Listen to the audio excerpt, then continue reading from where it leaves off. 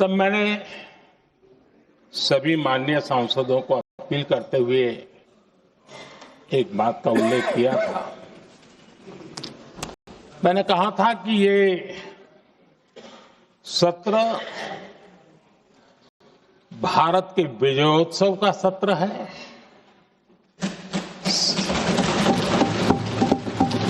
संसद का ये सत्र भारत के गौरवगान का सत्र है।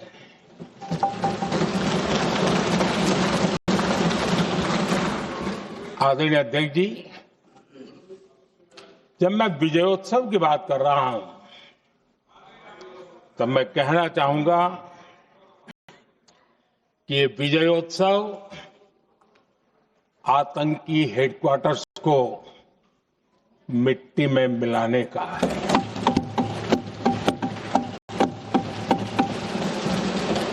जब मैं विजयोत्सव कहता हूं तो ये विजयोत्सव सिंदूर की सौगंध पूरा करने का है।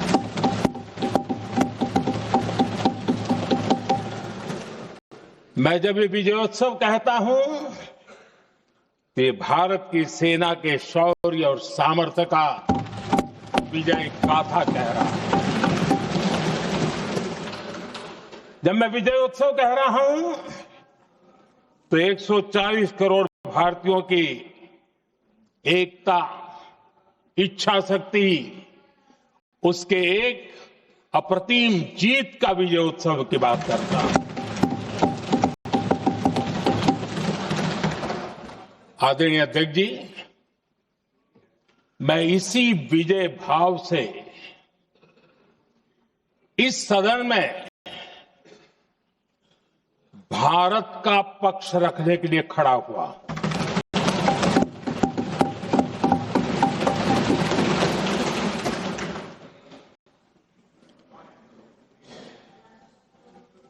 और जिन्हें भारत का पक्ष नहीं दिखता है उन्हें मैं आईना दिखाने के लिए खड़ा हुआ।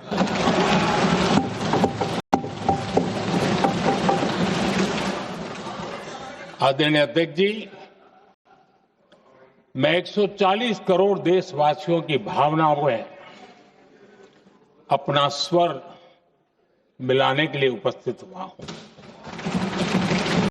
ये 140 करोड़ देशवासियों की भावना की जो गूंज है, जिस सदन में सुनाई दी है, मैं उसे अपना एक स्वर मिलाने खड़ा हुआ। आदरणीय अध्यक्ष जी, ऑपरेशन सिंदूर के दरमियान जिस प्रकार से देश के लोगों ने मेरा साथ दिया, मुझे आशीर्वाद दिए, देश की जनता मुझ पर कर्ज है। मैं देशवासियों का आभार व्यक्त करता हूं। मैं देशवासियों का अभिनंदन करता हूं।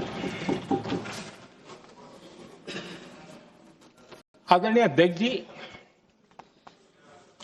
22 अप्रैल को पहलगाम में जिस प्रकार की क्रूर घटना घटी, जिस प्रकार आतंकवादियों ने निर्दोष लोगों को उनका धर्म पूछ पूछ करके गोलियां मारी, ये क्रूरता की पराकाष्ठा थी। भारत को हिंसा की आग में झोंकने का ये सुविचारित प्रयास था। भारत में दंगे फैलाने की ये साजिश थी। मैं आज देशवासियों का धन्यवाद करता हूं कि देश ने एकता के साथ उस साजिश को नाकाम कर दिया।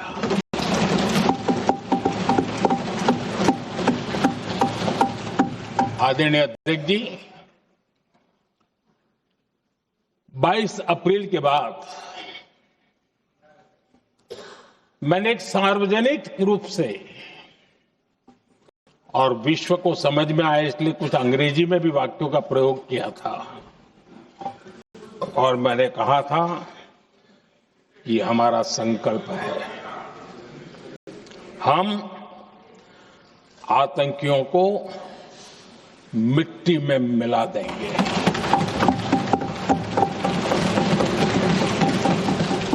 और मैंने सार्वजनिक रूप से कहा था, सजा उनके आकाओं को भी होगी और कल्पना से भी बड़ी सजा मिलेगी।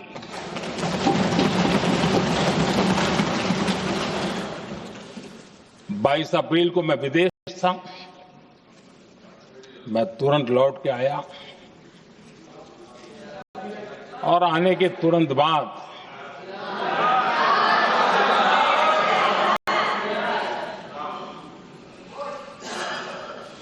मैंने एक बैठक बुलाई और उस बैठक में हमने साफ साफ निर्देश दिए कि आतंकवाद को करारा जवाब देना होगा और ये हमारा राष्ट्रीय संकल्प है। आदरणीय अध्यक्ष जी, हमें हमारे सैन्य बलों की क्षमता पर पूरा विश्वास है,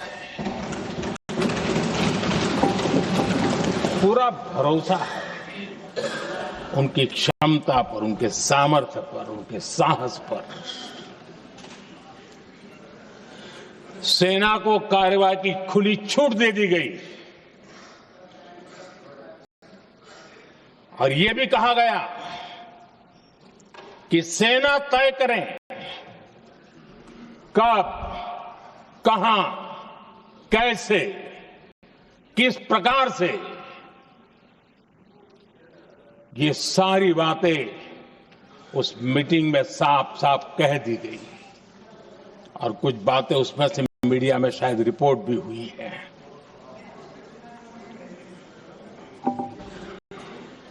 हमें गर्व है,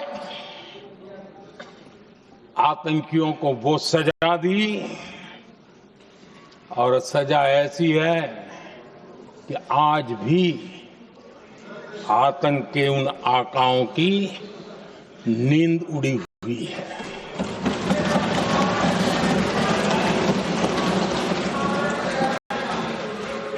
आदरणीय अध्यक्ष जी, मैं हमारी सेना की सफलता के उससे जुड़े भारत के उस पक्ष को सदन के माध्यम से देशवासियों के सामने रखना चाहता हूं।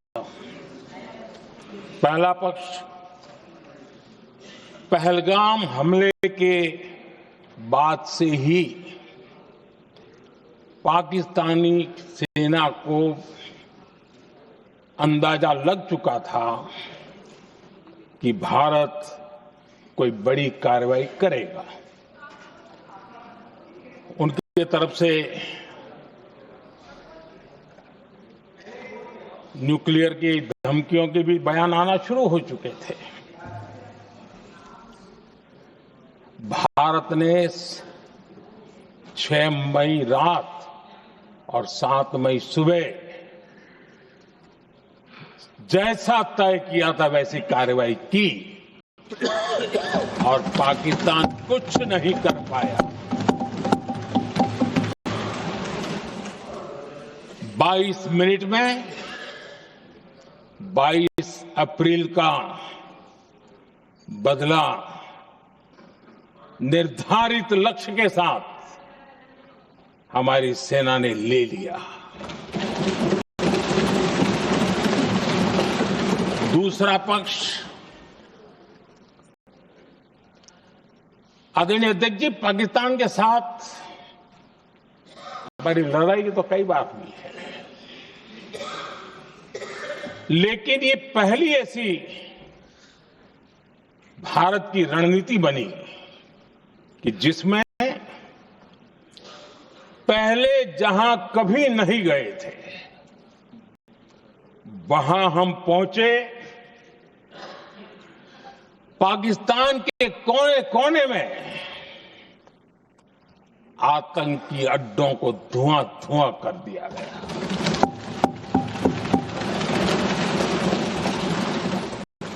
आतंक के गढ़ कोई सोच नहीं सकता कि वहां तक कोई जा सकता है।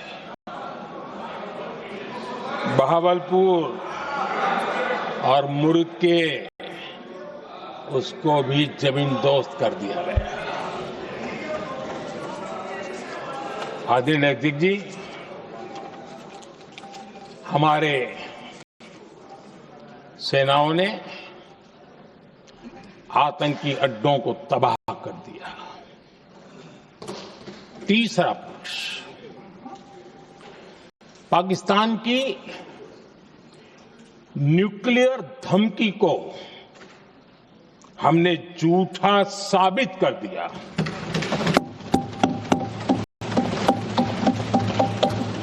भारत ने सिद्ध कर दिया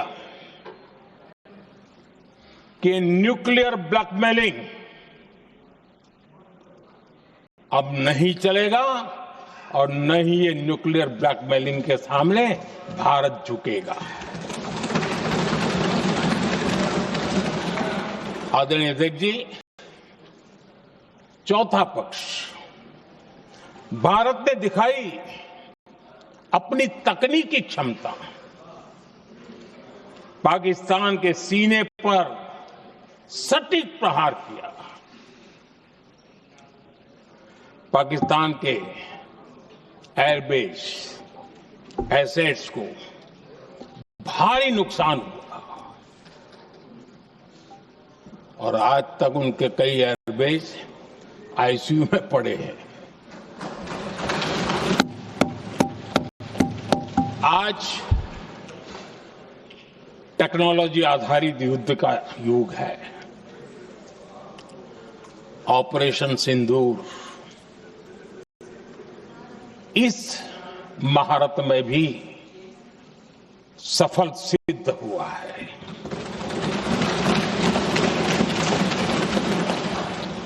अगर पिछले 10 साल में जो हमने तैयारियां की हैं वो न की होती तो इस तकनीक के युग में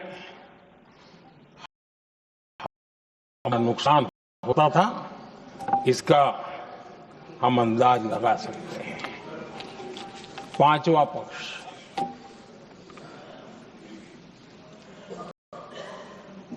ऑपरेशन सिंदूर के दरमियान पहली बार हुआ जब आत्मनिर्भर भारत की ताकत को दुनिया ने पहचाना। Made in India drone, made in India missile ने पाकिस्तान के हथियारों की पोल खोल करके रख दी।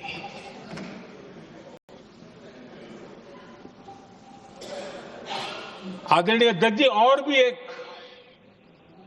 महत्वपूर्ण काम जो हुआ है, वैसे जब राजीव गांधी जी थे उस समय उनके जो एक डिफेंस का काम देखने वाले अमोस थे,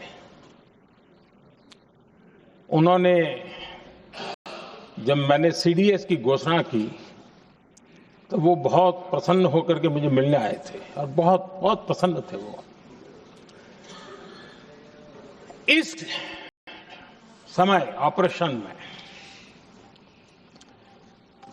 नेवी, आर्मी, एयरफोर्स तीनों सेनाओं का जॉइंट एक्शन, इसके बीच की सिनर्जी, इसने पाकिस्तान के छक्के छुड़ा दिए।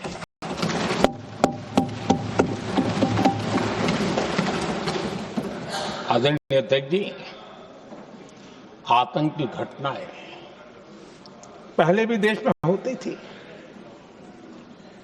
लेकिन पहले आतंकवादियों के मास्टरमाइंड निश्चिंत होते थे और वो आगे की तैयारी में लगे रहते थे। उनको पता था कुछ नहीं होगा। लेकिन अब स्थिति बदल गई है। अब हमले के बाद मास्टरमाइंड को नींद नहीं आती। उनको पता है कि भारत आएगा और मार के जाएगा।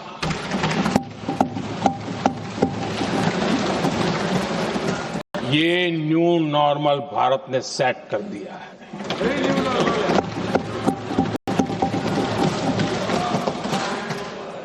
आदरणीय अध्यक्ष जी, दुनिया ने देख लिया कि हमारी कार्यवाही का दायरा कितना बड़ा, स्केल कितना बड़ा। सिंदूर से लेकर के सिंधु तक पाकिस्तान पर कार्रवाई की है।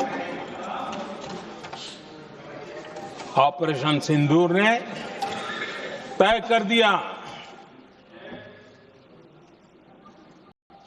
कि भारत में आतंकी हमले की उसके आकाओं को और पाकिस्तान को भारी कीमत चुकानी पड़ेगी। अब ऐसे ही नहीं जा सकते। आदरणीय अध्यक्ष जी, ऑपरेशन सिंदूर से स्पष्ट होता है कि भारत ने 3 सूत्र तय किए हैं।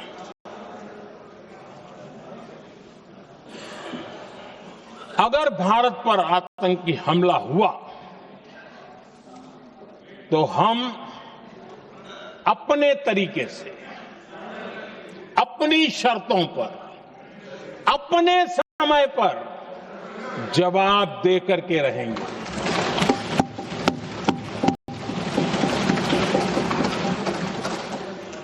दूसरा, कोई भी न्यूक्लियर ब्लैकमेल अब नहीं चलेगा।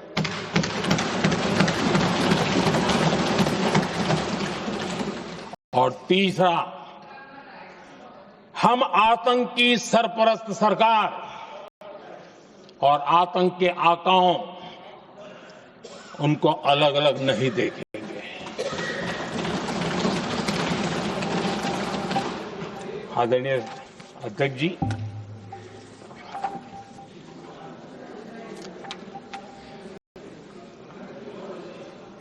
यहां पर विदेश नीति को लेकर के भी काफी बातें कही गई हैं।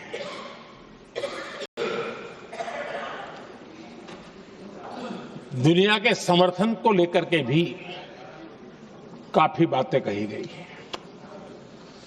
मैं आज सदन में कुछ बातें पूरी स्पष्टता से कह रहा हूं। दुनिया में किसी भी देश ने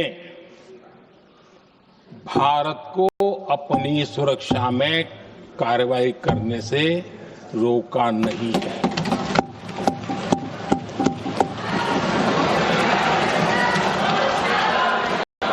संयुक्त राष्ट्र 193 कंट्रीज,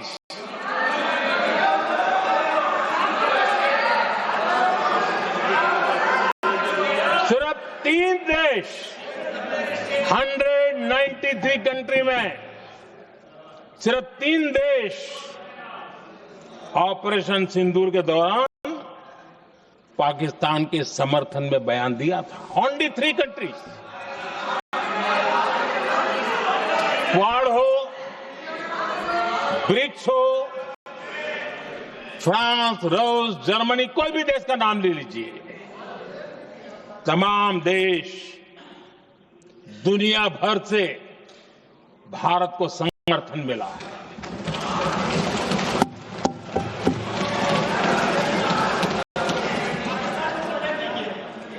आदरणीय अध्यक्ष जी, दुनिया का समर्थन तो मिला, दुनिया के देशों का समर्थन मिला, माननीय, लेकिन ये दुर्भाग्य दुर्भाग्य है कि मेरे देश के वीरों के पराक्रम को कांग्रेस का समर्थन नहीं।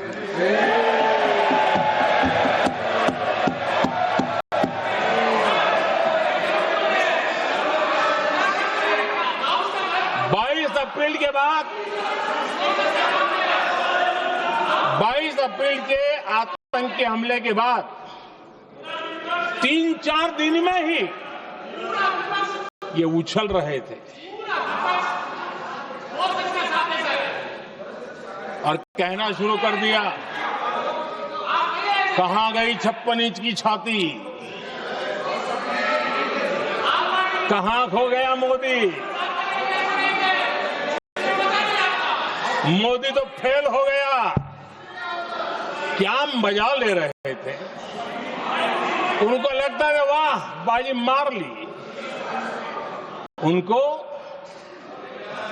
पहलगाम के निर्दोष लोगों की हत्या में भी वो अपनी राजनीति तराशते थे।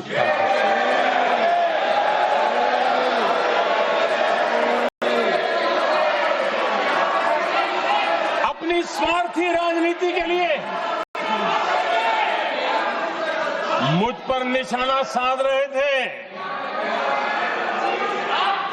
लेकिन उनकी ये बयानबाजी, इनका छिछोरापन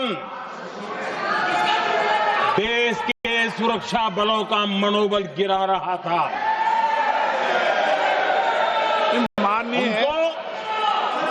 माननीय प्रतिपक्ष के नेता, एक मिनट, प्रतिपक्ष के नेता आपकी बात सबने ध्यान से सुनी।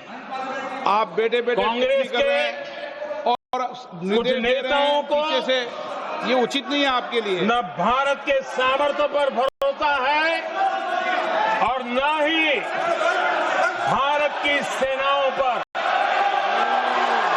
इसलिए वो लगातार ऑपरेशन सिंदूर पर सवाल उठा रहे हैं।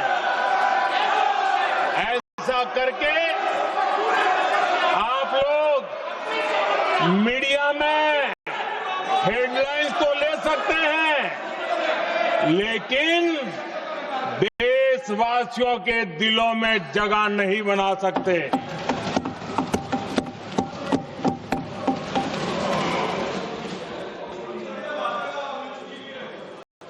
आदरणीय सभापति जी, आदरणीय अध्यक्ष जी, 10 मई को भारत ने ऑपरेशन सिंदूर के तहत हो रहे एक्शन को रोकने की घोषणा की। इसको लेकर यहां भांति भांति की बातें कही गई। ये वही प्रोपेगेंडा है जो सीमा पार से फैलाया गया है। कुछ लोग सेना द्वारा दिए गए तथ्यों की जगह पाकिस्तान के झूठ प्रचार को आगे बढ़ाने में जुटे हुए हैं, जबकि भारत का रुख हमेशा स्पष्ट रहा है। आदरणीय अध्यक्ष जी, कुछ चीजें मैं जरा स्मरण भी कराना चाहता हूं। जब सर्जिकल स्ट्राइक हुआ, उस समय हमने लक्ष्य तय किया था, हमारे जवानों को तैयार करके कि हम उनके इलाके में जाकर के आतंकियों के जो लॉन्चिंग पैड है उनको नष्ट करेंगे। और सर्जिकल स्ट्राइक, एक रात के उस ऑपरेशन में हमारे लोग सूर्योदय होते होते काम पूरा करके वापस आए। लक्ष्य निर्धारित था कि ये करना है। जब बालाकोट एयर स्ट्राइक किया तो हमारा लक्ष्य तय था कि आतंकियों के जो ट्रेनिंग सेंटर्स है, इस बार हम उसको तबाह करेंगे और हमने वो भी करके दिखाया। ऑपरेशन सिंदूर के समय हमारा लक्ष्य तय था और हमारा लक्ष्य था कि आतंक के जो एपी सेंटर है और पहलगाम के आतंकियों को जहां से पुरजोश योजना बनी, ट्रेनिंग मिली, व्यवस्था मिली, उस पर हमला करेंगे। हमने उनके नाभि पर हमला कर दिया।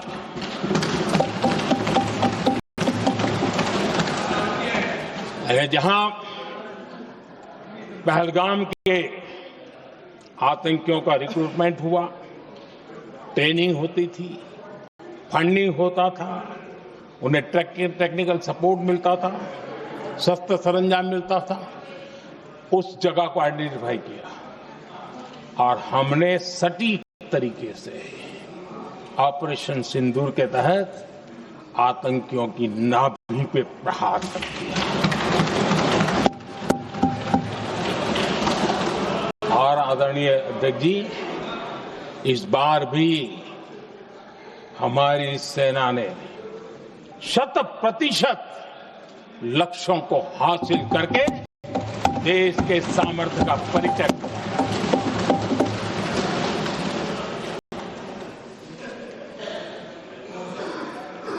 कुछ लोग जानबूझ करके कुछ चीजें भूलने में इंटरेस्टेड होते हैं। देश भूलता नहीं है, देश को याद है। 6 रात और 7 मई सुबह ऑपरेशन हुआ था और 7 मई को सुबह भारत ने प्रेस कॉन्फ्रेंस हमारी सेना ने की और इस प्रेस कॉन्फ्रेंस में भारत ने स्पष्ट कर दिया था और पहले दिन से क्लियर था कि हमारा लक्ष्य है आतंकियों के आका, आतंकियों की जो व्यवस्थाएं जहां से होती है वो और उनके अड्डे, उनको हम ध्वस्त करना चाहते थे और हमने प्रेस कॉन्फ्रेंस में कह दिया था, हमने हमारा काम कर दिया है, हमने जो तय किया था पूरा कर दिया है। और इसलिए 6-7 मई को ऑपरेशन हमारा संतोषजनक होने के तुरंत बाद कल जो राजनाथ जी ने कहा था, मैं डंके की चोट पर दोबारा दोहराता हूं, भारत की सेना ने पाकिस्तान की सेना को चंद मिनटों में बता दिया कि हमारा ये लक्ष्य था, हमने लक्ष्य पूरा कर दिया है, ताकि उनको पता चले और हमें भी पता चले कि उनके दिल दिमाग में क्या चलता है।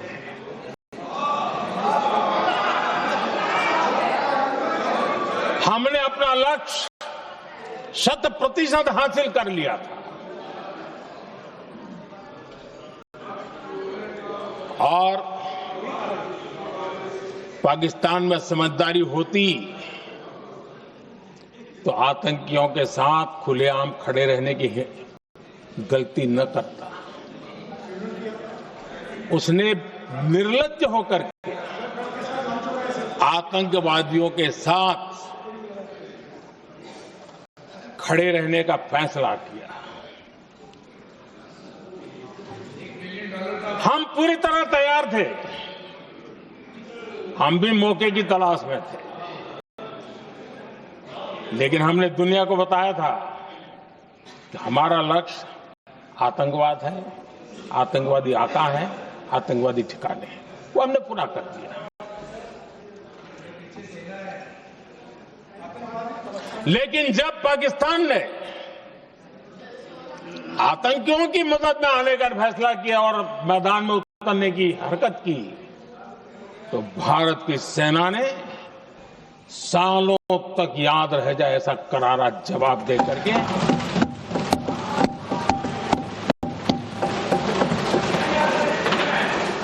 9 मई की मध्य रात्रि और 10 मई की एक प्रकार से सुबह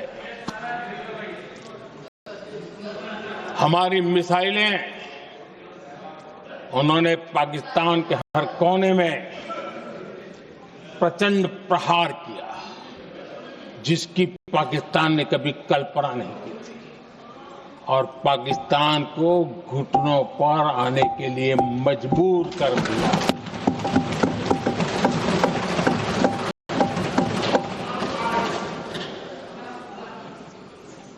और आपने टीवी में भी देखा है, वहां से क्या बयान आते थे। पाकिस्तान के लोग, अरे मैं तो स्विमिंग पूल में नहा रहा था, कोई कह रहा था मैं तो दफ्तर जाने की तैयारी कर रहा था, हम कुछ सोचे पहले तो भारत ने तो हमला कर दिया। ये पाकिस्तान के लोगों के बयान है और देश ने देखे हैं। स्विमिंग पूल में नहा रहा था।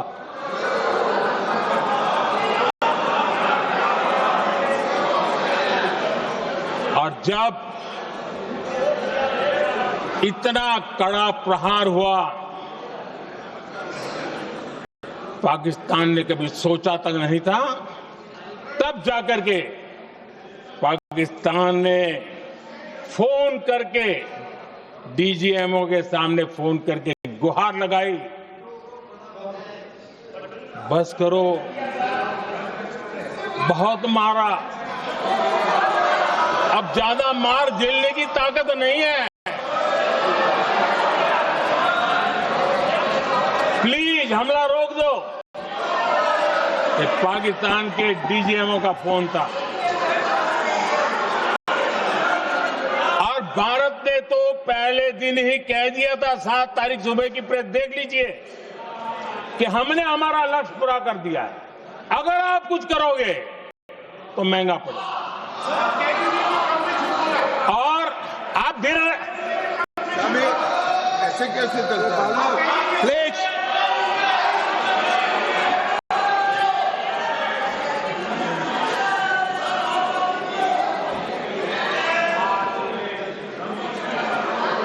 मैं आज दोबारा कह रहा हूं, ये भारत की स्पष्ट नीति थी, सुविचारित नीति थी, सेना के साथ मिलकर के तय की हुई नीति थी और वे ये थी कि हम आतंक, उनके आका, उनके ठिकाने, ये हमारा लक्ष्य है।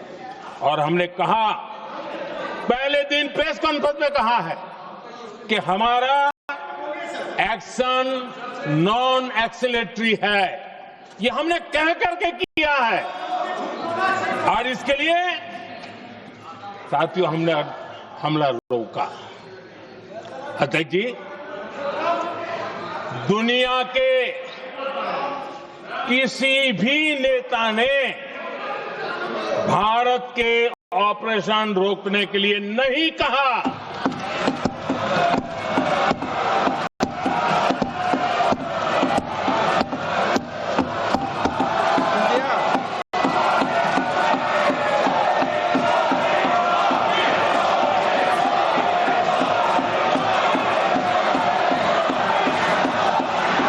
उसी दौरान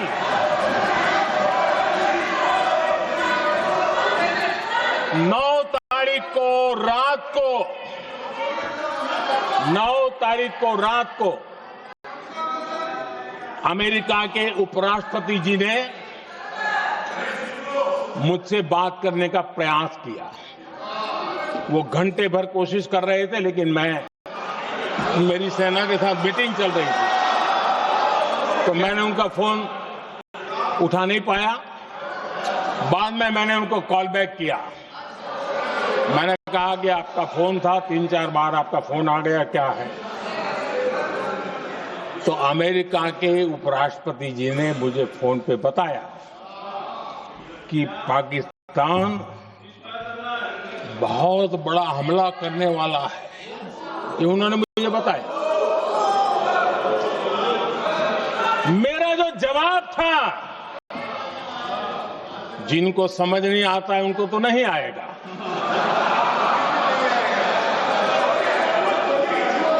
मेरा जवाब था, अगर पाकिस्तान का ये इरादा है तो उसे बहुत महंगा पड़ेगा। ये मैंने अमेरिका के उपराष्ट्रपति को कहा।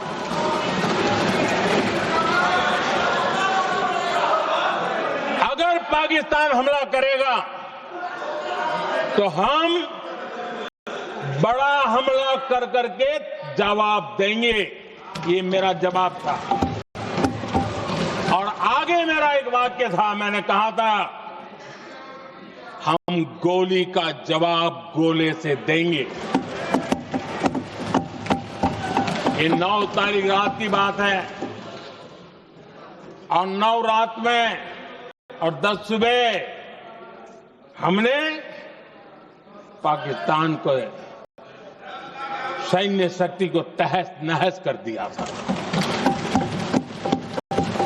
और यही हमारा जवाब था, यही हमारा जज्बा था। और आज पाकिस्तान भी भली भांति जान गया है कि भारत का हर जवाब पहले से ज्यादा तगड़ा होता है।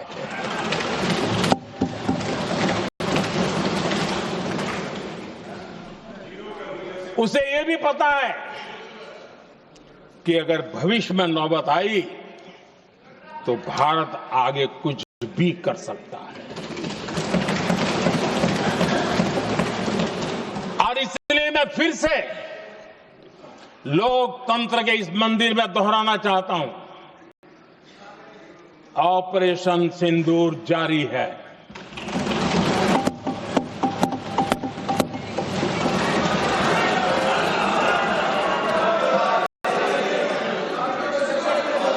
पाकिस्तान ने दुस्साहस की अगर कल्पना की तो उसे करारा जवाब दिया जाएगा।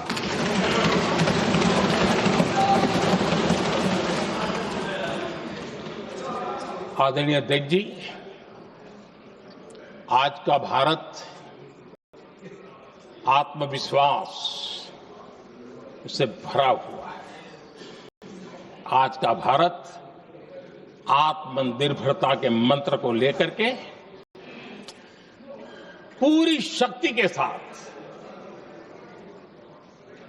तेज गति से आगे बढ़ रहा है। देश देख रहा है भारत आत्मनिर्भर बनता जा रहा है।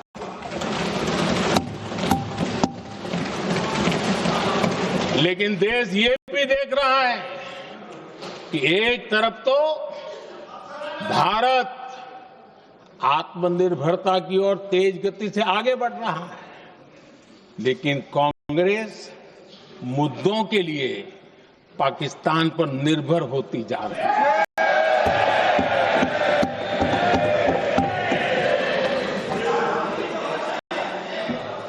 मैं आज पूरा दिन देख रहा था, जो 16 घंटे से जो चर्चा चल रही है, दुर्भाग्य से। प्लीज बैठिए, सब जवाब दे दिया आपका। आप सुनते नहीं, सबका जवाब दे दिया। प्लीज दुर्भाग्य से सुनिए जवाब। कांग्रेस को पाकिस्तान के मुद्दे इंपोर्ट करने पड़ रहे हैं।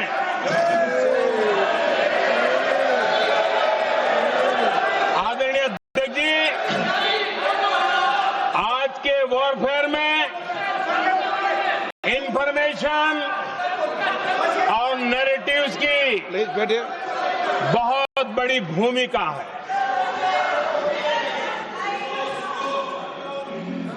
नैरेटिव घड़ करके, एआई का भी भरपूर उपयोग करके सेनाओं के मनोबल को कमजोर करने के खेल भी खेले जाते हैं। जनता के अंदर अविश्वास पैदा करने के भी भरपूर प्रयास होते हैं। दुर्भाग्य से कांग्रेस और उसके सहयोगी पाकिस्तान के ऐसे ही प्रपंच के प्रवक्ता बन चुके हैं।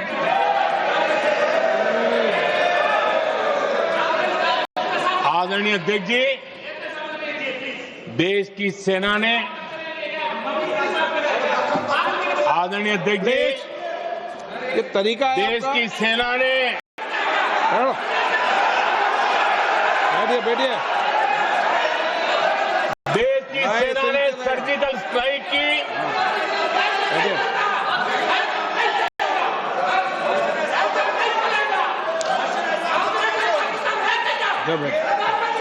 बैठिए बैठिए।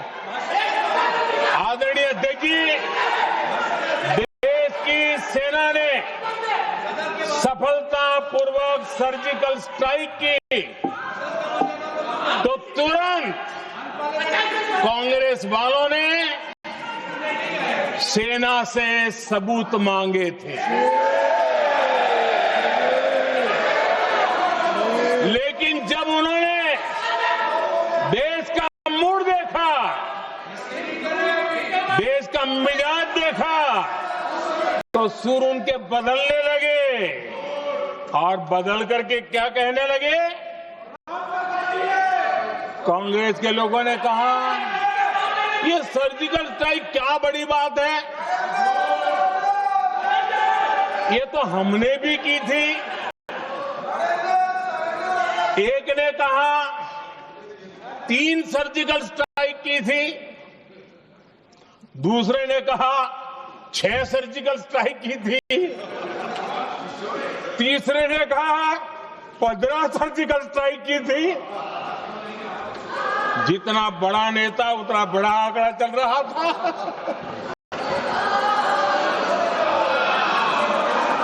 आदरणीय अध्यक्ष जी, इसके बाद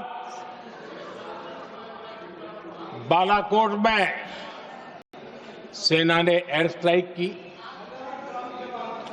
अब एयर स्ट्राइक तो ऐसी थी कि वो कुछ कह नहीं सकते थे, इसलिए ये तो नहीं कहा कि भाई हमने भी की थी। उसमें तो उन्होंने समझदारी दिखाई, लेकिन फोटो मांगने लगे। एयर स्ट्राइक हुई तो फोटो दिखाओ, क्या कहां गिरा, क्या तोड़ा, कितना तोड़ा, कितने मरे, बस यही पूछते रहे। पाकिस्तान भी यही पूछता था, ये भी यही पूछते थे। इतना ही नहीं, आदरणीय अध्यक्ष जी, जब पायलट अभिनंदन पकड़े गए तो पाकिस्तान में तो खुशी का माहौल होना स्वाभाविक था कि उनके हाथ में भारत की सेना का एक पायलट उनके हाथ लगा था। लेकिन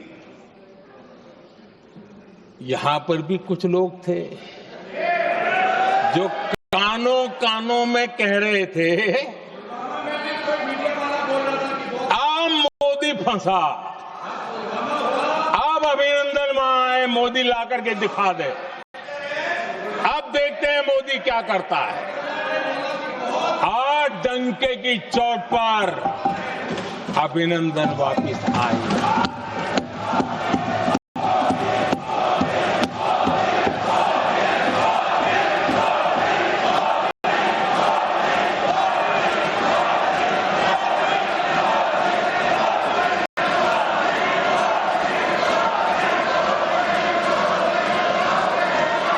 अभिनंदन को ले आए तो इनकी बोलती बंद हो गई। इनको लगा यार कि नसीब वाला आदमी है, हमारा हथियार हाथ से निकल गया। आदरणीय अध्यक्ष जी, पहलगाम हमले के बाद हमारा बीएसएफ का एक जवान पाकिस्तान के कब्जे में गया तो फिर इनको लगा वाह, बड़ा मुद्दा हाथ में आ गया है, अब मोदी फंस जाएगा। अब तो मोदी की फजीयत जरूर होगी और उनकी इकोसिस्टम ने सोशल मीडिया में बहुत सारी कथाएं वायरल की कि ये बीएसएफ के जवान का क्या होगा, उसके परिवार का क्या होगा, ये वापस आएगा, कब आएगा, कैसे आएगा, न जाने क्या क्या चला दिया। आदरणीय अध्यक्ष जी, बीएसएफ का वो जवान भी आन बान शान के साथ वापस आए।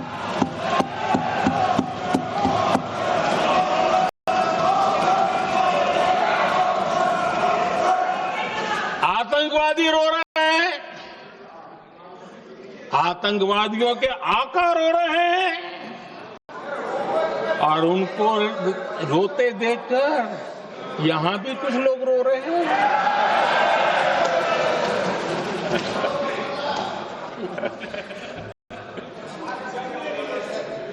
अब देखिए, सर्जिकल स्ट्राइक में सर्जिकल स्ट्राइक चल रही थी, उसके बाद उन्होंने एक खेल खेलने की कोशिश की, बात जमी नहीं। एयर स्ट्राइक हुई तो दूसरा खेल खेलने की कोशिश की, वो भी जमी नहीं। जब ये ऑपरेशन सिंदूर हुआ तो उन्होंने नया पैंतरा शुरू किया। और क्या शुरू किया? रोक क्यों दिया? पहले तो मानने को तैयार नहीं थे कि मुक्त करते, अब कहते रोक क्यों दिया। बाहरे बयान बहादुरों,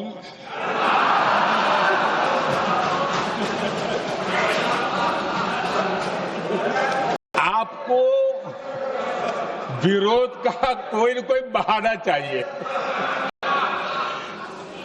और इसलिए सिर्फ मैं नहीं, पूरा देश आप पर हंस रहा है।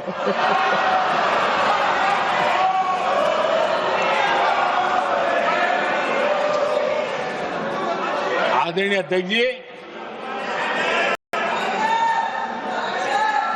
सेना का विरोध, सेना के प्रति एक पता नहीं नेगेटिविटी, ये कांग्रेस का पुराना रवैया रहा। देश ने अभी अभी करगिल विजय दिवस मनाया,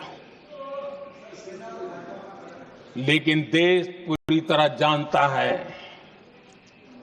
कि उनके कार्यकाल में और आज तक करगिल के विजय को कांग्रेस ने अपनाया नहीं। न करगिल विजय दिवस मनाया है, न करगिल विजय का गौरव किया। इतिहास साक्षी है अध्यक्ष जी। जब डोकलाम में सैन्य हमारा शौर्य दिखा रहा था, तब कांग्रेस के नेता चुपके चुपके किससे ब्रीफिंग लेते थे, वो सारी दुनिया अब जानती है।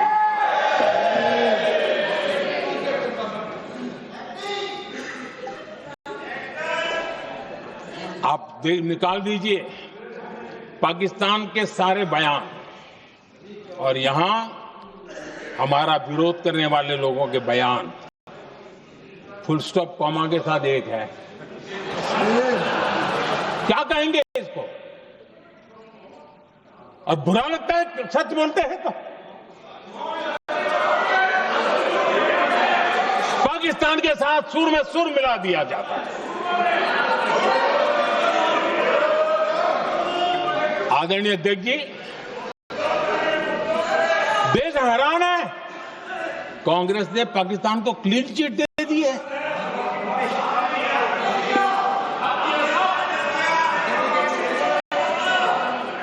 उनकी ये हिम्मत, और इनकी आदत जाती नहीं है, ये हिम्मत कि पहलगाम के आतंकी पाकिस्तानी थे, इसका सबूत दो।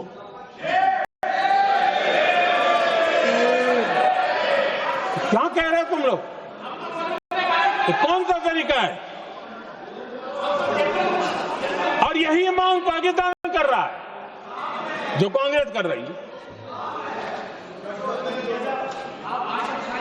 और आदरणीय अध्यक्ष जी, आज जब सबूतों की कोई कमी नहीं है, सब कुछ आंखों के सामने दिखता है, तब ये हालत है।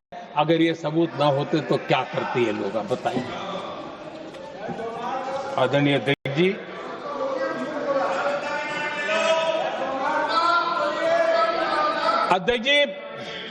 ऑपरेशन सिंदूर के एक पार्ट की तरफ तो चर्चा भी बहुत होती है, ध्यान भी जाता है, लेकिन देश के लिए कुछ गौरव की क्षणें होती हैं, ताकत के परिचय होता है, उसकी तरफ भी ध्यान जाना बहुत आकर्षित है। हमारे एयर डिफेंस सिस्टम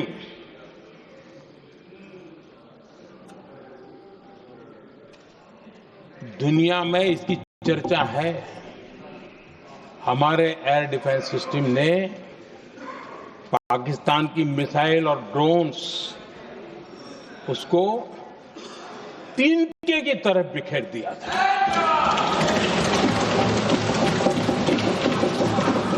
आदरणीय अध्यक्ष जी, मैं एक आंकड़ा आज बताना चाहता हूं, पूरा देश गर्व से भर जाएगा। कुछ लोगों का क्या होगा मैं नहीं जानता, पूरा देश गर्व से भर जाएगा। 9 मई को पाकिस्तान ने करीब 1000 मिसाइलों और आर्म्ड ड्रोन्स के भारत पर बहुत बड़ा हमला करने की कोशिश की। 1000 ये मिसाइलें भारत के किसी भी हिस्से पर गिरती तो वहां भयंकर तबाही मचती, लेकिन 1000 मिसाइल्स और ड्रोन्स को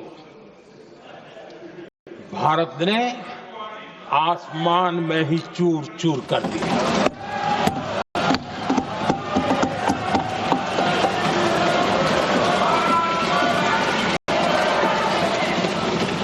हर देशवासी को इससे गर्व हो रहा, लेकिन जैसे कांग्रेस के लोग इंतजार कर रहे थे, कुछ तो गड़बड़ होगी यार, मोदी मरेगा, कहीं तो फंसेगा।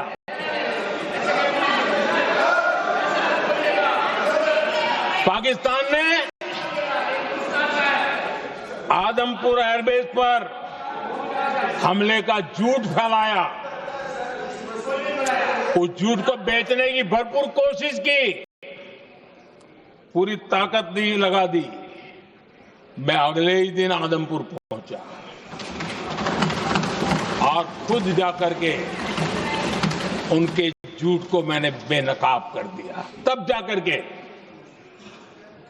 उनको अकल ठिकाने लगी कि अब ये झूठ चलने वाला नहीं है। आदरणीय अध्यक्ष जी, जो हमारे छोटे दलों के साथी हैं, जो राजनीति में नए हैं, उनको कभी शासन में रहने का अवसर नहीं मिला, उनसे कुछ बातें निकलती मैं समझ सकता हूं, लेकिन कांग्रेस पार्टी ने इस देश में लंबे समय तक राज किया है, उसको शासन की व्यवस्थाओं का पूरा पता है, उन चीजों से वो निकले हुए लोग हैं, उनके लिए शासन व्यवस्था क्या होती इसकी समझ पूरी है, अनुभव है उनके पास। उसके बाद भी विदेश मंत्रालय तुरंत जवाब दे, उसको स्वीकारना नहीं, विदेश मंत्री जवाब दे, इंटरव्यू दे, बार बार बोले, उसको स्वीकारना नहीं, गृह मंत्री बोले, रक्षा मंत्री बोले, किसी पर भरोसा नहीं। जिसने इतने सालों तक राज किया, उनको देश की व्यवस्थाओं पर अगर भरोसा नहीं है, तब शक उठता है कि क्या हालत हो गई है इनकी। आदरणीय अध्यक्ष जी, अब कांग्रेस का भरोसा पाकिस्तान के रिमोट कंट्रोल से बनता है और बदलता है।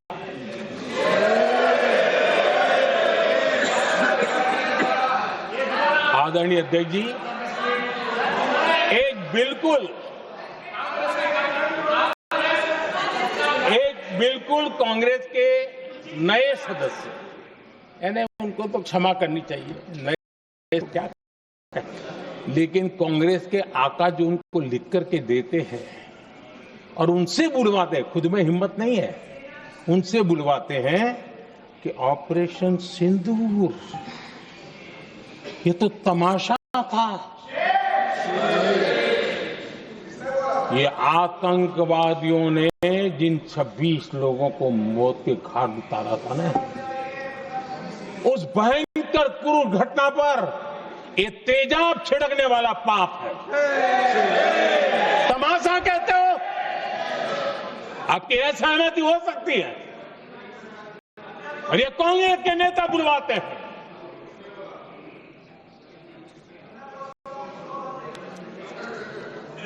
आदरणीय अध्यक्ष जी, पहलगाम के हमलावरों को कल हमारे सुरक्षा बलों ने ऑपरेशन महादेव करके अपने अंजाम तक पहुंचाया।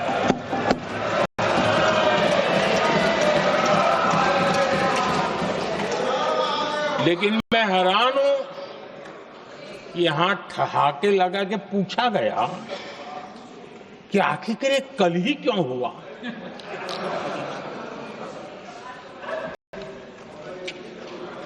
अब ये क्या हो गया है, मुझे समझ नहीं आ रहा है।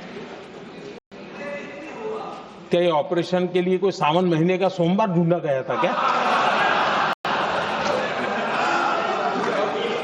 क्या हो गया है इन लोगों को? हताशा, निराशा इस हद तक।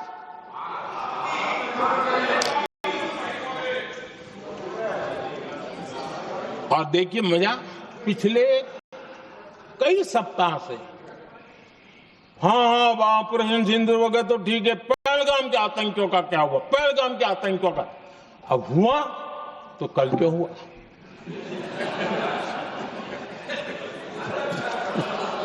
और कल ही क्यों हुआ? क्या हाल है अध्यक्ष जी का। आदरणीय अध्यक्ष जी,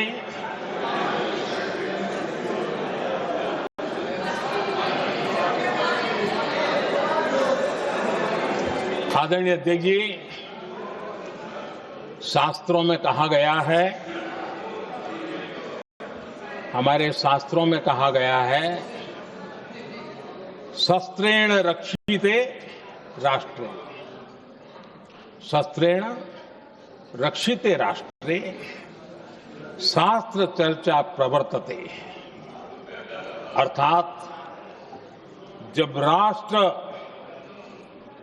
शस्त्र से सुरक्षित होते हैं तभी वहां शास्त्र की, ज्ञान की चर्चाएं जन्म ले पाती है। जब सीमा पर सेनाएं मजबूत होती है तभी लोकतंत्र प्रखर होता है। आदरणीय अध्यक्ष जी, ऑपरेशन सिंदूर बीते दशक में भारत की सेना के सशक्तिकरण का एक साक्षात प्रमाण है। ऐसे ही नहीं हुआ है। कांग्रेस के शासन के दौरान सेनाओं को आत्मनिर्भर बनाने के संबंध में सोचा तक नहीं जाता था। आज भी आत्मनिर्भर शब्द की मजाक उड़ाई जाती है। वैसे वो महात्मा गांधी से आया हुआ है, लेकिन आज भी मजाक उड़ाई जाती है। हर रक्षा सौदे में कांग्रेस अपने मौके खोजती रहती थी।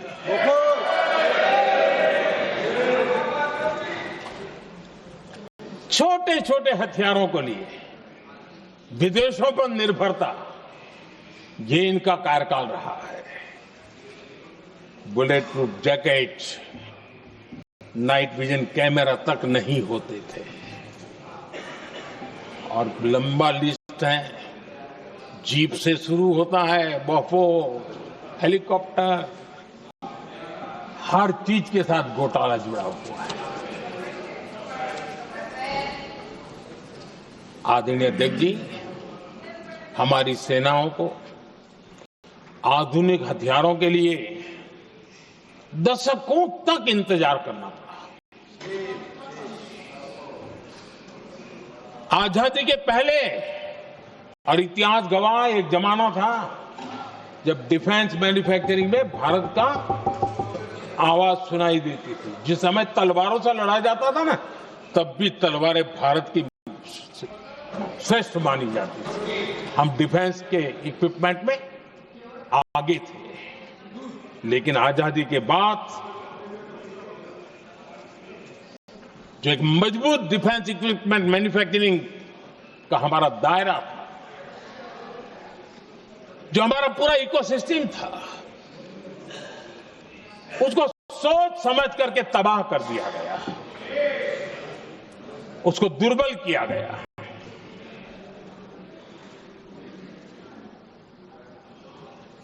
रिसर्च और मैन्युफैक्चरिंग के लिए रास्ते बंद कर दिए गए। अगर इसी नीति पर हम चलते तो भारत इस 21वीं सदी में ऑपरेशन सिंदूर के संबंध में सोच भी नहीं सकता। यह हालत करके रखा हुआ था उन्होंने। भारत को सोचना पड़ता कि अगर कोई एक्शन लेना है तो शस्त्र कहां से मिलेंगे, साधन कहां से मिलेगा, बारूद कहां से मिलेगा, समय पर मिलेगा या नहीं मिलेगा, बीच बचाव में रुक तो नहीं जाएगा। ये टेंशन पालना पड़ता है।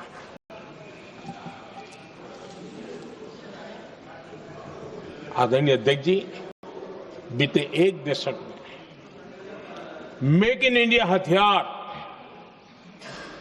सेना को मिले, उन्होंने इस ऑपरेशन में बहुत निर्णायक भूमिका निभाई।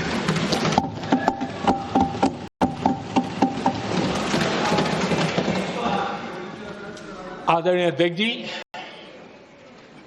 एक दशक पहले भारत के लोगों ने संकल्प लिया, हमारा देश सशक्त, आत्मनिर्भर और आधुनिक राष्ट्र बने।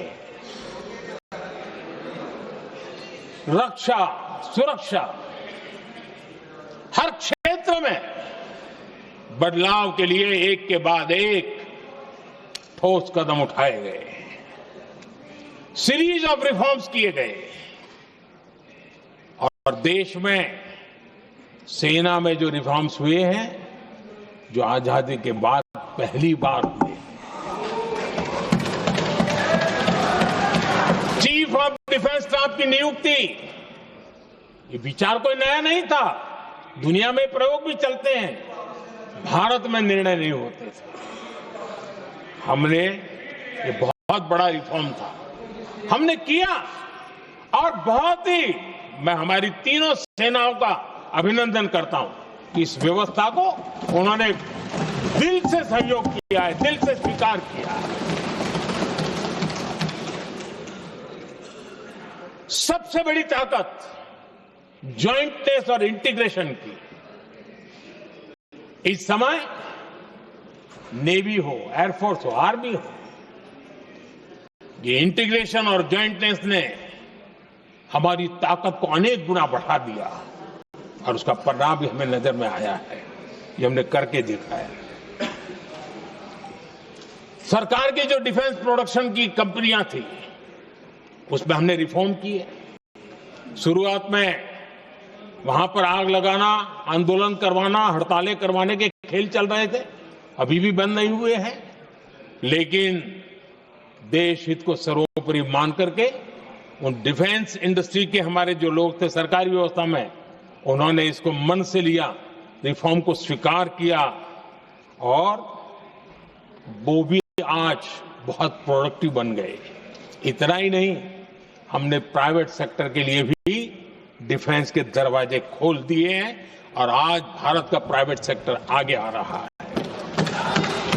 आज स्टार्टअप्स डिफेंस के क्षेत्र में हमारे 27-30 साल के नौजवान, टियर 2, टियर 3 सिटी के नौजवान, कई कुछ जगह तो बेटियां स्टार्टअप का नेतृत्व कर रही है। डिफेंस के सेक्टर में सैकड़ों की तादाद में आज स्टार्टअप काम कर रहे हैं। ड्रोन्स, एक प्रकार से मैं कह सकता हूं ड्रोन्स की जितनी भी एक्टिविटी हमारे देश में हो रही है, शायद एवरेज 30-35 की उम्र होगी जो लोग कर रहे हैं, सारे लोग, और सैकड़ों की तादाद में कर रहे हैं। और उसका ताकत, क्योंकि इनका भी योगदान था इसमें, जिन्होंने इस प्रकार के प्रोडक्शन किए हैं, और वो हमें ऑपरेशन सिंदूर में बहुत काम आए। मैं उन सबके प्रयासों को बहुत साधुवाद करता हूं, और मैं उनको विश्वास दिलाता हूं, आगे बढ़िए, अब देश रुकने वाला नहीं है। आदरणीय अध्यक्ष जी, डिफेंस सेक्टर में मेक इन इंडिया ये नारा नहीं था। हमने इसके लिए बजट पॉलिसी में जो परिवर्तन करना था, जो नए इनिशिएटिव ले रहे थे, वो नए इनिशिएटिव लिए। और सबसे बड़ी बात, क्लियर कट विजन के साथ हमने देश में make in India defence sector के अंदर तेज गति से हम आगे बढ़ रहे हैं। आदरणीय अध्यक्ष जी, एक दशक में डिफेंस का बजट लगभग पहले से 3 गुना हुआ है। डिफेंस प्रोडक्शन में करीब करीब 250% वृद्धि हुई है, 250% वृद्धि हुई है। 11 वर्षों में डिफेंस एक्सपोर्ट 30 गुना से भी ज्यादा बढ़ा है, 30 गुना से ज्यादा। डिफेंस एक्सपोर्ट आज दुनिया के करीब 100 देशों तक हम पहुंचे। और आदरणीय अध्यक्ष जी, कुछ चीजें ऐसी होती हैं जो इतिहास में बहुत बड़ा प्रभाव छोड़ती हैं। ऑपरेशन सिंदूर ने डिफेंस का जो मार्केट है उसमें भारत का झंडा गाड़ दिया है। भारत के हथियारों की डिमांड आज बढ़ती चली जा रही है, मांग बढ़ रही है। ये भारत में उद्योगों को भी बल देगी, एमएसएमई को बल देगी, हमारे नौजवानों को रोजगार देगी, और हमारे नौजवान अपनी बनाई चीजों से दुनिया में अपनी ताकत का प्रदर्शन कर पाएंगे। ये आज दिख रहा है, मैं देख रहा हूं। डिफेंस के क्षेत्र में जो आत्मनिर्भर भारत की दिशा में हम जो कदम उठा रहे हैं, मैं हैरान हूं। कुछ लोगों को आज भी तकलीफ हो रही है, जैसे उनका खजाना लूट गया।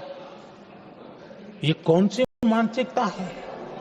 देश को ऐसे लोगों को पहचानना होगा। आदरणीय अध्यक्ष जी, मैं स्पष्ट करना चाहता हूं, डिफेंस में भारत का आत्मनिर्भर होना ये आज की शस्त्रों की स्पर्धा में के काल में विश्व शांति के लिए भी जरूरी है।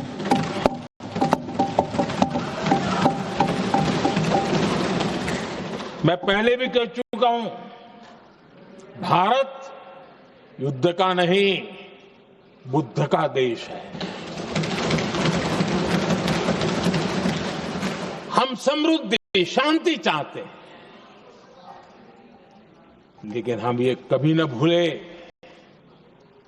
कि समृद्धि का और शांति का रास्ता शक्ति से ही गुजरता है।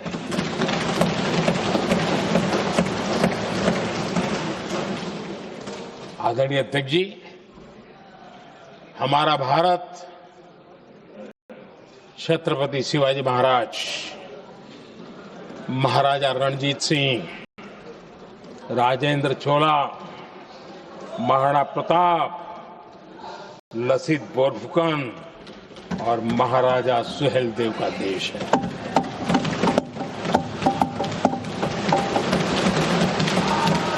आदरणीय अध्यक्ष जी, हम विकास और शांति के लिए सामरिक सामर्थ्य पर भी फोकस करते हैं। आदरणीय अध्यक्ष जी, कांग्रेस के पास नेशनल सिक्योरिटी का विजन न पहले था और आज तो सवाल ही नहीं उठता है।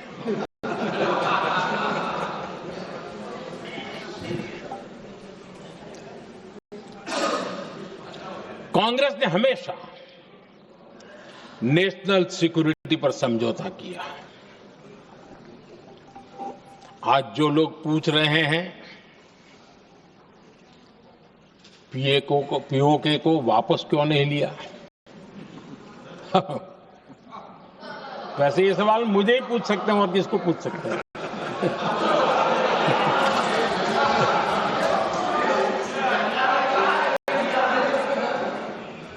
लेकिन इसके पहले जवाब देना होगा पूछने वालों को। किसकी सरकार ने पीओके पर पाकिस्तान को कब्जा करने का अवसर दिया था? जवाब साफ है,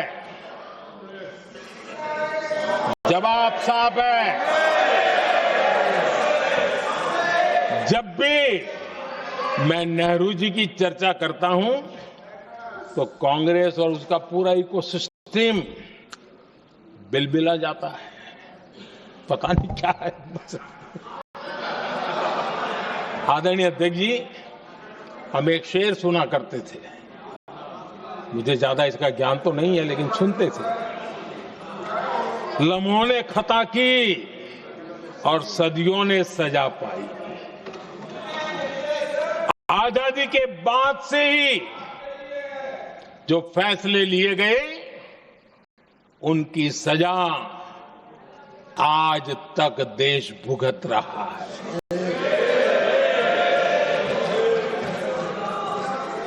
यहां बार बार एक बात का जिक्र हुआ और मैं फिर से करना चाहूंगा। अक्साई चीन की उस पूरे क्षेत्र को बंजर जमीन करार दिया गया, ये कहकर के तो बंजर है। देश की 38,000 वर्ग किलोमीटर जमीन हमें खोनी पड़ी।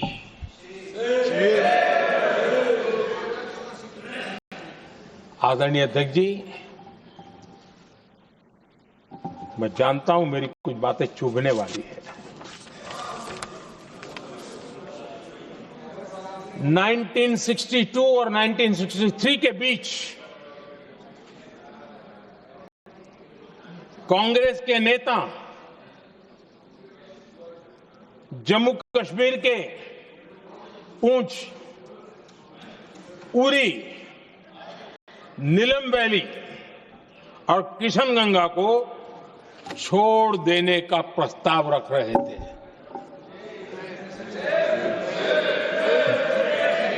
भारत की भूमि, आदरणीय अध्यक्ष जी, और वो भी लाइन ऑफ पीस के नाम पर किया जा रहा था। 1966 रण ऑफ कच्छ पर इन्हीं लोगों ने मध्यस्थता स्वीकार की। ये था उनका राष्ट्रीय सुरक्षा का विजन। एक बार फिर उन्होंने भारत का करीब 800 वर्ग किलोमीटर क्षेत्र पाकिस्तान को सौंप दिया, जिसमें छड़बेट भी शामिल है, कि कहीं उसको छड़ा बेट भी कहते हैं। 1965 की जंग में हाजीपीर पास को हमारी सेना ने वापस जीत लिया था, लेकिन कांग्रेस ने उसे फिर लौटा दिया। 1971 पाकिस्तान के 93,000 फौजी हमारे पास बंदी थे। पाकिस्तान का हजारों वर्ग किलोमीटर एरिया हमारी सेना ने कब्जा किया था। हम बहुत कुछ कर सकते थे, विजय की स्थिति में थे।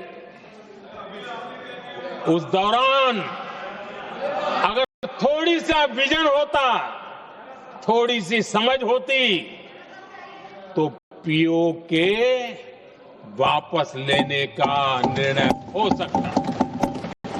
वो मौका था, वो मौका भी छोड़ दिया गया। अरे इतना ही नहीं, इतना सारा जब सामने टेबल पर था, अरे कम से कम करतारपुर साहब को तो ले सकते थे, वो ही नहीं कर पाया। 1974 श्रीलंका को कच्चथीवू द्वीप को गिफ्ट कर दिया गया।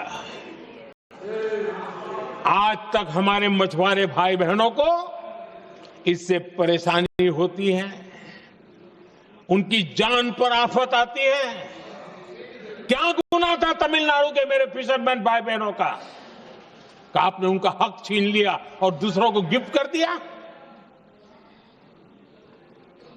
कांग्रेस का दशकों से इरादा लेकर चल रही थी कि सियाचिन से सेना हटा दी जाए। आदरणीय अध्यक्ष जी, 2014 में देश ने इनको मौका नहीं दिया, वरना आज सियाचिन भी हमारे पास नहीं होता।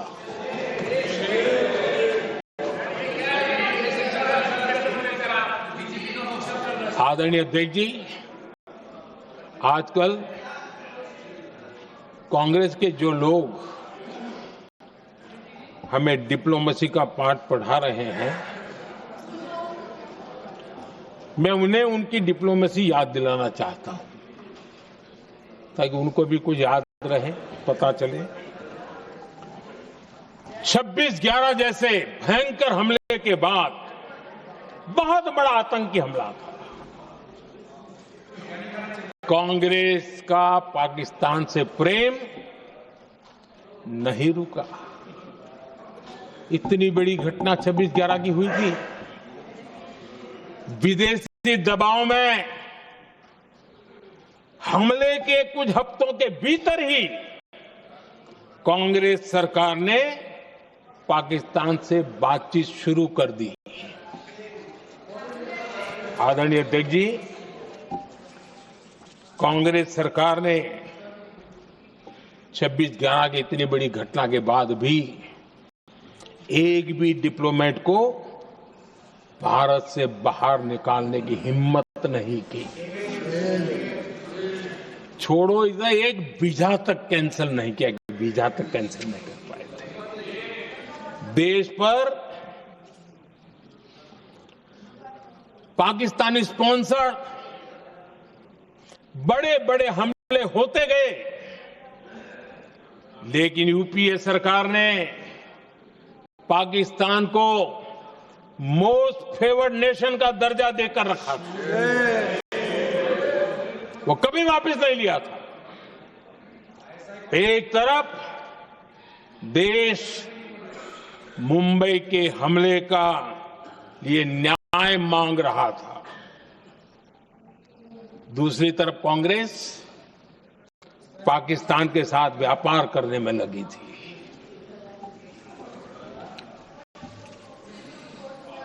पाकिस्तान वहां से खून की होली खेलने वाले आतंकियों को भेजते रहे।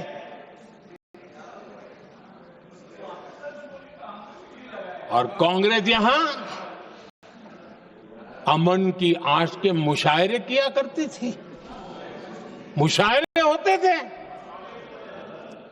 हमने आतंकवाद और अमन की आस का ये वन वे ट्रैफिक बंद कर दिया।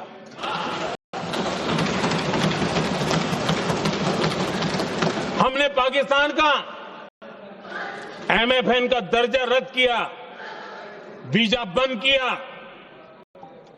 हमने अटारी वाघा बॉर्डर को बंद कर दिया। आदरणीय अध्यक्ष जी,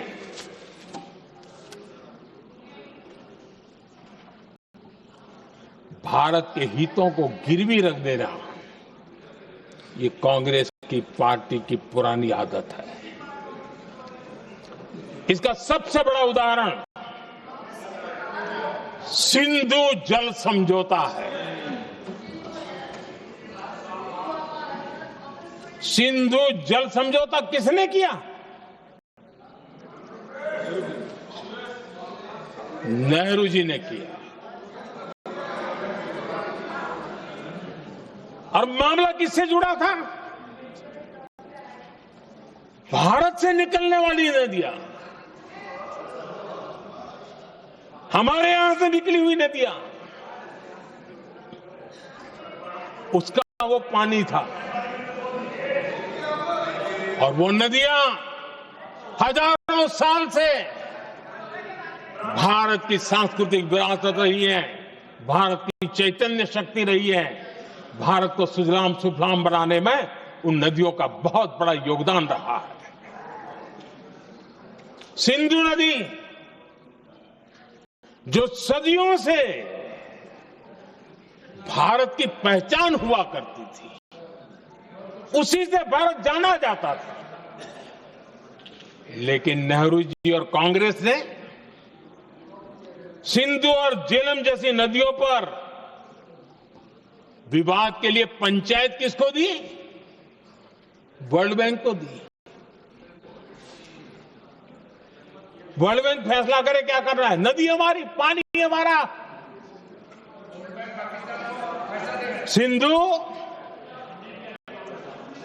सिंधु जल समझौता सीधा सीधा भारत की अस्मिता और भारत के स्वाभिमान के साथ किया गया बहुत बड़ा धोखा था।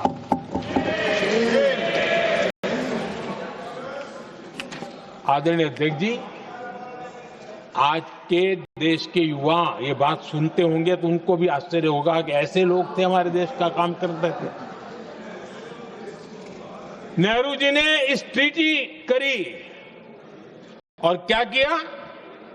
ये जो पानी था, जो नदियां थी, जो भारत से निकल रही थी, उन्होंने 80% पानी पाकिस्तान को देने के लिए वो राजी हो गए। और इतना बड़ा हिंदुस्तान, उसको सिर्फ 20% पानी। कोई मुझे समझाए भाई ये कौन सी बुद्धिमानी थी? कौन सा देश हित था? कौन सी डिप्लोमेसी थी? क्या हालत करके बना के रखा था आप लोगों ने? इतनी बड़ी आबादी वाला हमारा देश, हमारे यहां से निकलती हुई ये नदियां, और सिर्फ 20% पानी, और 80% पानी उन्होंने उसको दिया जो देश खुलेआम भारत को अपना दुश्मन करार कर देता रहा है, दुश्मन कहता रहा। और ये पानी पर किसका हक था? हमारे देश के किसानों का, हमारे देश के नागरिकों का। हमारा पंजाब, हमारा जम्मू कश्मीर देश के एक बहुत बड़े हिस्से को इन्होंने पानी के संकट में धकेल दिया इस एक कारण से। और राज्यों के भीतर भी पानी को लेकर के आपस में संघर्ष पैदा हुई है, प्रतिस्पर्धा पैदा हुई, और उनका जिस पर हक था उस पर पाकिस्तान मौज करता रहा। और ये दुनिया में अपनी डिप्लोमेसी के पाठ पढ़ाते रहते हैं। आदरणीय अध्यक्ष जी, अगर ये ट्रीटी न होती तो पश्चिमी नदियों पर कई बड़ी परियोजनाएं बनती। पंजाब, हरियाणा, राजस्थान और दिल्ली, वहां के किसानों को भरपूर पानी मिलता, पीने के पानी की कोई समस्या नहीं रहती। औद्योगिक प्रगति के लिए भारत बिजली बना पाता। इतना ही नहीं, नेहरू जी ने इसके उपरांत करोड़ों रुपए भी दिए ताकि पाकिस्तान नहर बना सके।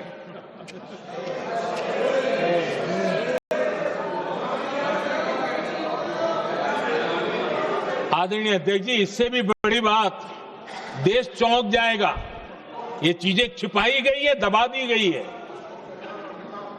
कहीं भी बांध बनता है तो उसमें एक मैकेनिज्म होता है उसकी सफाई का, डीसिल्टिंग का। उसमें जो मिट्टी भर जाती है, बाकी घास वगैरह आकर के भर जाता है तो उसकी कैपेसिटी कम होती है, तो उसकी सफाई के लिए यानी इनबिल्ट व्यवस्था होती है। नेहरू जी ने पाकिस्तान के कहने पर यह शर्त स्वीकार की है कि इन बांध में जो मिट्टी आएगी, कूड़ा कचरा आएगा और बांध भर जाएगा, इसकी सफाई नहीं कर सकते, डिसिल्टिंग नहीं कर सकते हैं। बांध हमारे यहां, पानी हमारा, लेकिन निर्णय पाकिस्तान का कि आप डिसिल्टिंग नहीं कर सकते। इतना ही नहीं, जब इस बार मैं डिटेल में गया तो एक बांध तो ऐसा है कि जहां ये डिसिल्टिंग के लिए जो गेट होता है ना, उसको वेल्डिंग कर दिया गया है ताकि कोई गलती से भी खोल करके मिट्टी को निकाल ना दे। पाकिस्तान ने नेहरू जी से लिखवा लिया था कि भारत बिना पाकिस्तान की मर्जी अपने बांधों में जमा होने वाली मिट्टी साफ नहीं करेगा, डिसिल्टिंग नहीं करेगा। ये समझौता देश के खिलाफ था और बाद में नेहरू जी को भी ये गलती माननी पड़ी। इस समझौते में निरंजन दास गुलाटी करके का सज्जन उसमें जुड़े हुए थे। उन्होंने एक किताब लिखी है। उस किताब में उन्होंने लिखा है कि फरवरी 1961 में नेहरू ने उनसे कहा था, गुलाटी, मुझे उम्मीद थी कि यह समझौता अन्य समस्याओं के समाधान का रास्ता खोलेगा, लेकिन हम वहीं हैं जहां पहले थे। ये नेहरू जी ने कहा। नेहरू जी केवल तत्कालिक प्रभाव देख पा रहे थे, इसलिए उन्होंने कहा कि हम वहीं के वहीं हैं, लेकिन सच्चाई ये कि इस एग्रीमेंट के कारण देश बहुत पिछड़ गया, देश बहुत पीछे चल गया और देश का बहुत नुकसान हुआ। हमारे किसानों को नुकसान हुआ, हमारी खेती को नुकसान हुआ। और नेहरू जी उस डिप्लोमेसी को जानते थे जिसमें किसान का कोई वजूद ही नहीं था। यह हाल करके रखा था उन्होंने। आदरणीय अध्यक्ष जी, पाकिस्तान आगे दशकों तक भारत के साथ युद्ध और छद्म युद्ध, प्रॉक्सी वॉर करता ही रहा, लेकिन कांग्रेस की सरकारों ने बाद में भी सिंधु जल समझौते की तरफ देखा तक नहीं, नेहरू जी की गलती को सुधारा तक नहीं। आदरणीय अध्यक्ष जी, लेकिन अब भारत ने पुरानी गलती को सुधारा है, ठोस निर्णय लिया है। भारत ने नेहरू जी द्वारा किए गई बहुत बड़ी ब्लंडर, सिंधु जल समझौते को देश हित में, किसानों के हित में एबेंस में रख दिया है। देश का अहित करने वाला ये समझौता अब इस रूप में आगे नहीं चल सकता। भारत ने तय कर दिया है, खून और पानी साथ साथ नहीं बह सकते।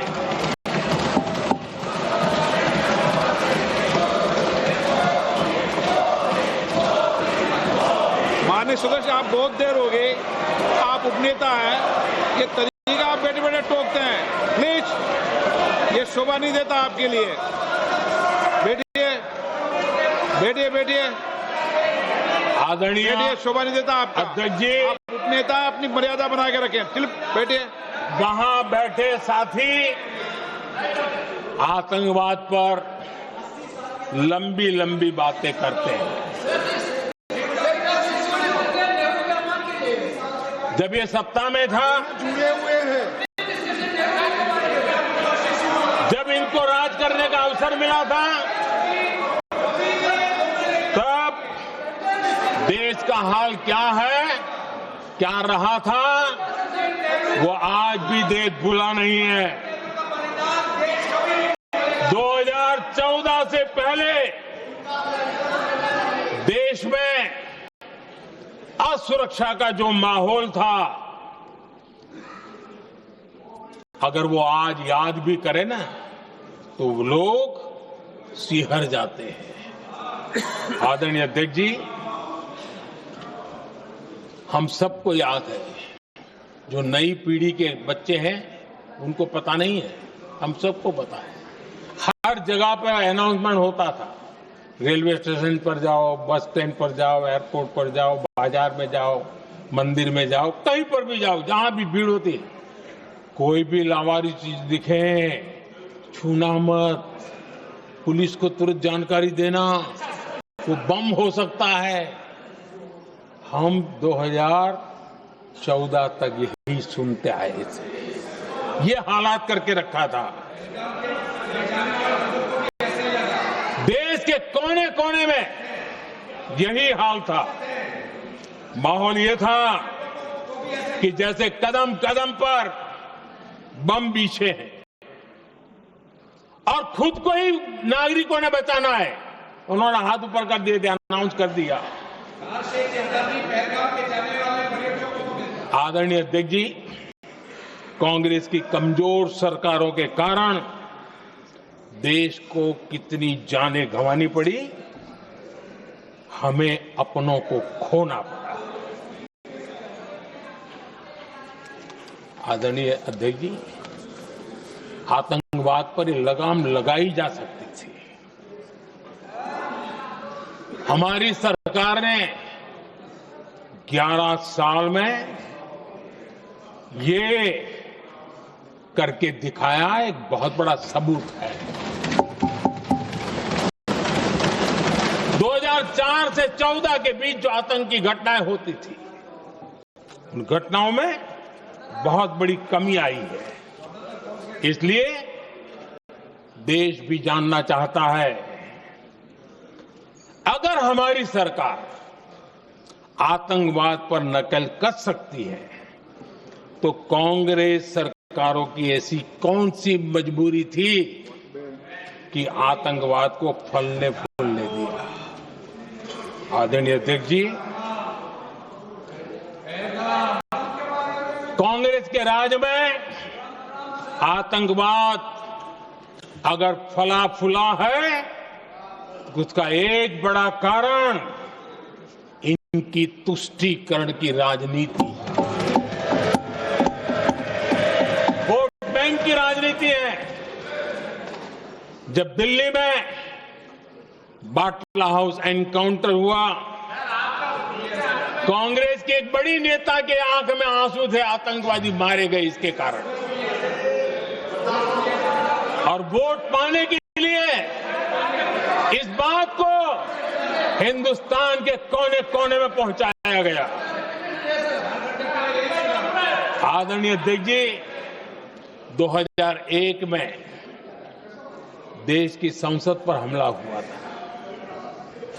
तब कांग्रेस के एक बड़े नेता ने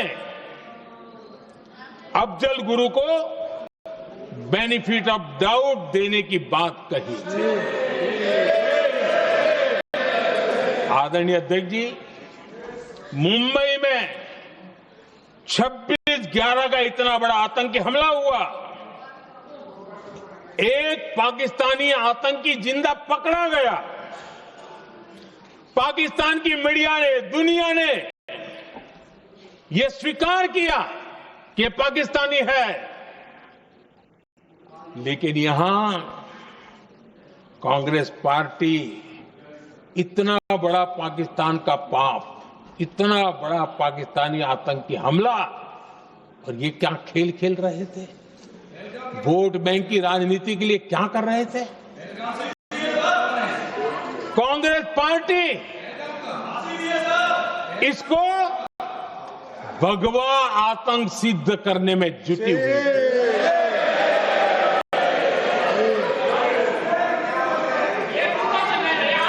कांग्रेस दुनिया को हिंदू आतंकवाद की छड़ी बेचने में लगी हुई थी। कांग्रेस के एक नेता ने अमेरिका के बड़े राजनयिक को यहां तक कह दिया था कि लश्कर-ए-तोयबा से भी बड़ा खतरा भारत के हिंदू ग्रुप है। यह कहा गया था।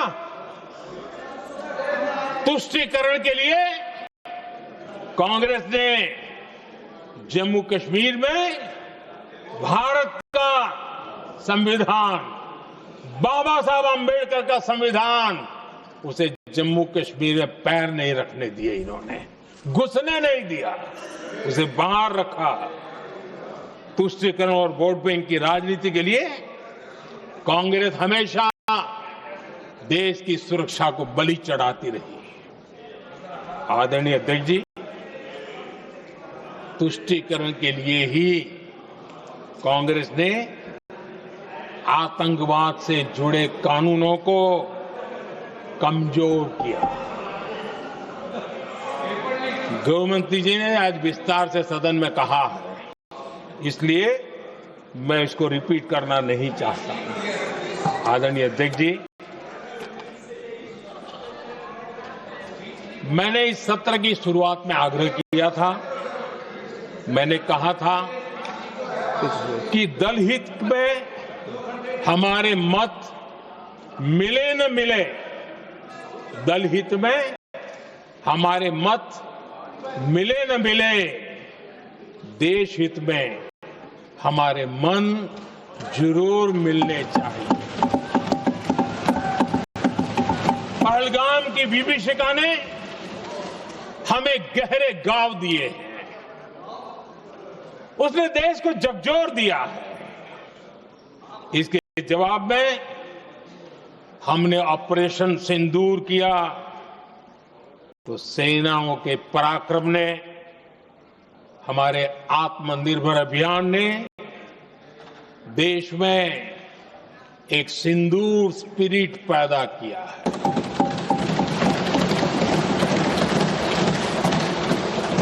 ये सिंदूर स्पिरिट हमने तब भी देखी जब दुनिया भर में हमारे प्रतिनिधि मंडल भारत की बात बताने गए।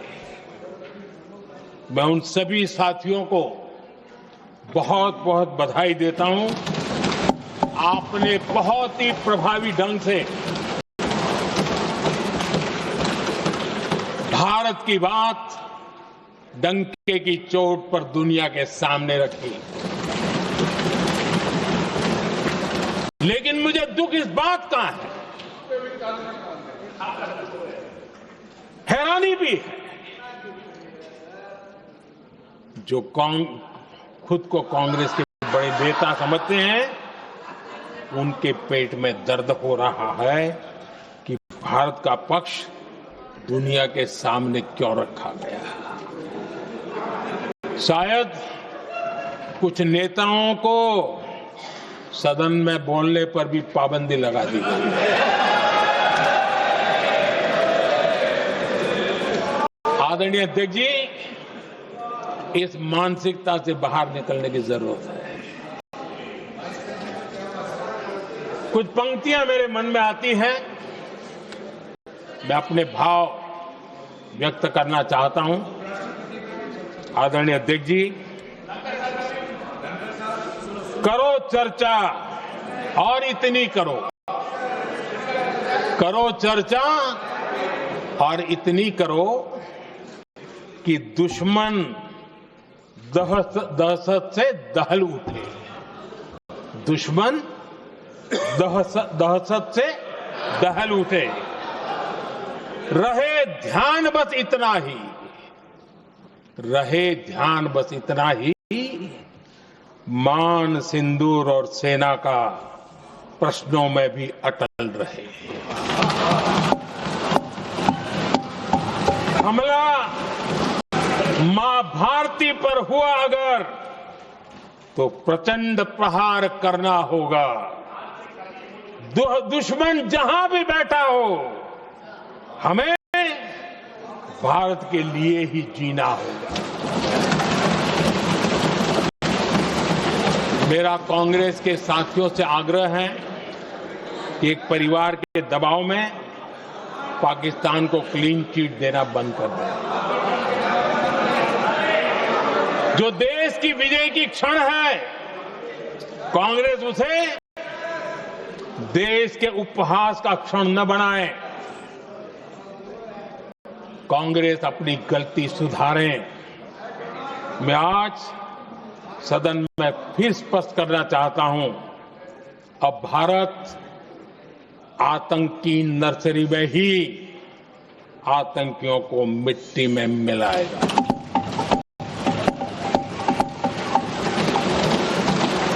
हम पाकिस्तान को भारत के भविष्य खेलने नहीं देंगे और इसलिए ऑपरेशन सिंदूर खत्म नहीं हुआ है, ऑपरेशन सिंदूर जारी है। और ये पाकिस्तान के लिए भी नोटिस है, वो जब तक भारत के खिलाफ आतंक का रास्ता रोकेगा नहीं, तब तक भारत एक्शन लेता रहेगा। भारत का भविष्य सुरक्षित और समृद्ध होगा, यही हमारा संकल्प है। इसी भाव के साथ मैं फिर से सभी सदस्यों को सार्थक चर्चा के लिए धन्यवाद देता हूं। और आदरणीय अध्यक्ष जी, मैंने भारत का पक्ष रखा है, भारत के लोगों की भावनाओं को व्यक्त किया है। मैं सदन का फिर से आभार व्यक्त करता हूं। बहुत बहुत धन्यवाद।